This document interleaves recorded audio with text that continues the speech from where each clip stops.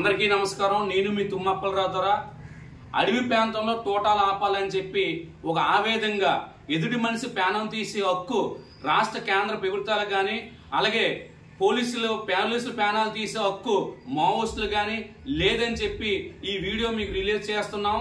దయచేసి మీ ఇరు వర్గాలు కూడా చిన్న మనవి, మీ ఇద్దరి మధ్యన ఆదివాసులు ఉన్న గూడాల్లో ఉన్న ప్రజలు నలిగిపోతున్నారు. గిరిజనులు చాలా మంది ఓటుతో నెగ్గింపబడిన గిరిజన ఎంపీటీసీలు కానీ సర్పంచ్లు కూడా ప్రాణాలు కోల్పోయారు.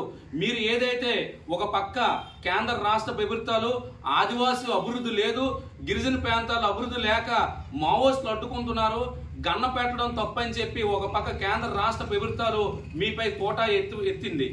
అలాగే మావోయిస్టులు ఏం చెప్తున్నారు, గిరిజన ప్రాంతంలో ఉన్న సంపదను దోసుకెళ్లిపోతున్నారు.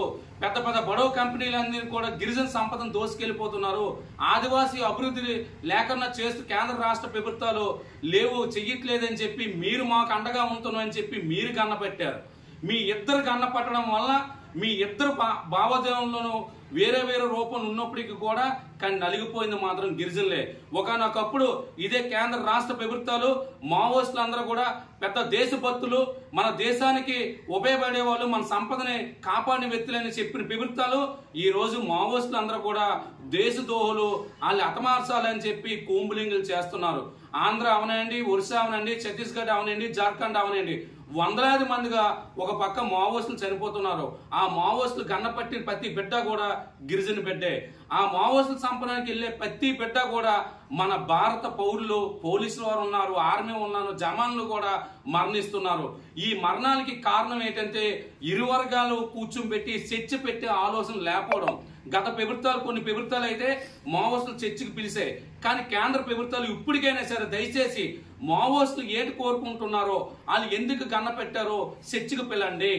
అలాగే పోలీస్ వ్యవస్థ కూడా వాళ్ళ తల్లిదండ్రులకు మంచి ఉద్యోగం సంపాదించాలి, మా కొడుకులు మంచి ఉద్యోగం స్థాయిలో ఉండాలని పిల్లలు చదివించుకుంటే పోలీస్ వ్యవస్థ కూడా ప్రభుత్వాలకి నోబడి, ప్రభుత్వం తప్పని పరిస్థితుల్లో ఆలు కూడా గన్న పట్టుకొని అడవి ప్రాంతంలో ఆలు కూడా మరణిస్తున్నారు.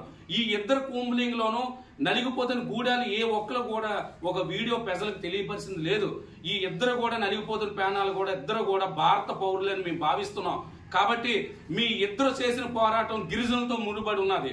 ఒక పక్క ఆదివాసి అభివృద్ధి అడ్డుకుంటున్నారని కేంద్ర ప్రభుత్వం కూంబులించేస్తుంటే ఆదివాసి సంపదలు కోల్పోతున్నామని చెప్పేసి ఆదివాసులకు అండగా ఉంటామని చెప్పి మావోయిస్టుల ప్రాణాలు కోల్పోతున్నారు.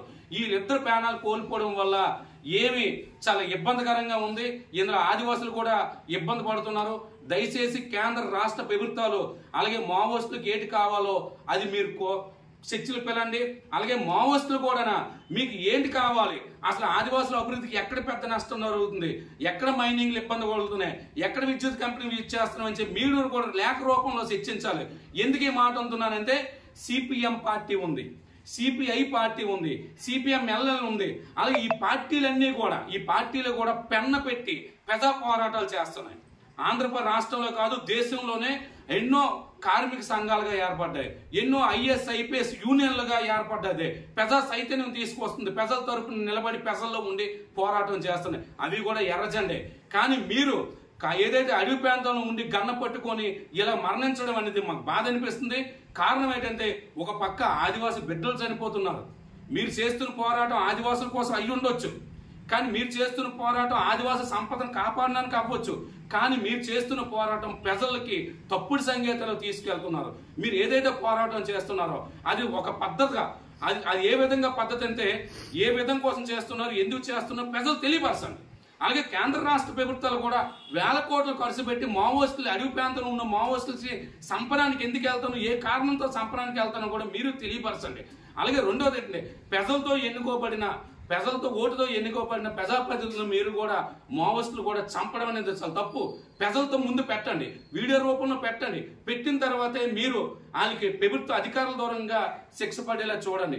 మీ ఇద్దరు ప్రజల కోసం పోరాటం చేస్తున్నారు, ప్రజల సౌకర్యం కోసం పోరాటం చేస్తున్నాం, భారతదేశం బాగుండాలని పోరాటం చేస్తున్నారు. కానీ మీ ఇద్దరు పోరాటంలోనూ కొద్ది భిన్నాభిప్రాయాలు ఉన్నాయి. ఈ రెండు భిన్నాభిప్రాయాలు కూడా పరిధిలో రావాలనుకుంటే కేంద్ర రాష్ట్ర ప్రభుత్వాలు చర్చకు పిలిపించి మీ ఇద్దరు ప్యానల్ కూడా కాపాల్సిన బాధ్యత ఉంది.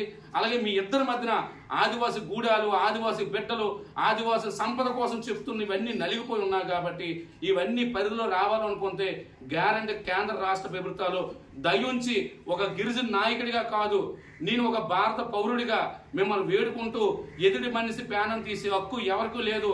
ఈ ప్యానల్ కాపాడండి. దయచేసి కేంద్ర రాష్ట్ర ప్రభుత్వాలు ఒకసారి ఆలోచించి ఇంకొకసారి గత ప్రభుత్వం ఒక ప్రభుత్వం అయితే మావోయిస్టులు చర్చకు పిలిచింది, ఇంకో ప్రభుత్వం అయితే 1944లోనైతే వీళ్ళు భారతదేశానికి కాపాడే పౌరులు అని చెప్పింది. ఇలా భిన్నాభిప్రాయాలు ఉండడం వల్ల కొన్ని మంచి ఉన్నాయి, కొన్ని చెడు ఉన్నాయి. ఇవన్నీ పరిష్కారం అవ్వాలంటే ప్యానాలు కాపాడాలంటే ఈ ప్రభుత్వాలు, కేంద్ర ప్రభుత్వాలు, రాష్ట్ర ప్రభుత్వాలు కంకణం కట్టుకొని ప్యానాలు కాపాడాలని చెప్పేసి మీ తుమ్మప్పలరాజు వేడుకుంటూ జై హింద్, జై ఆదివాసీ.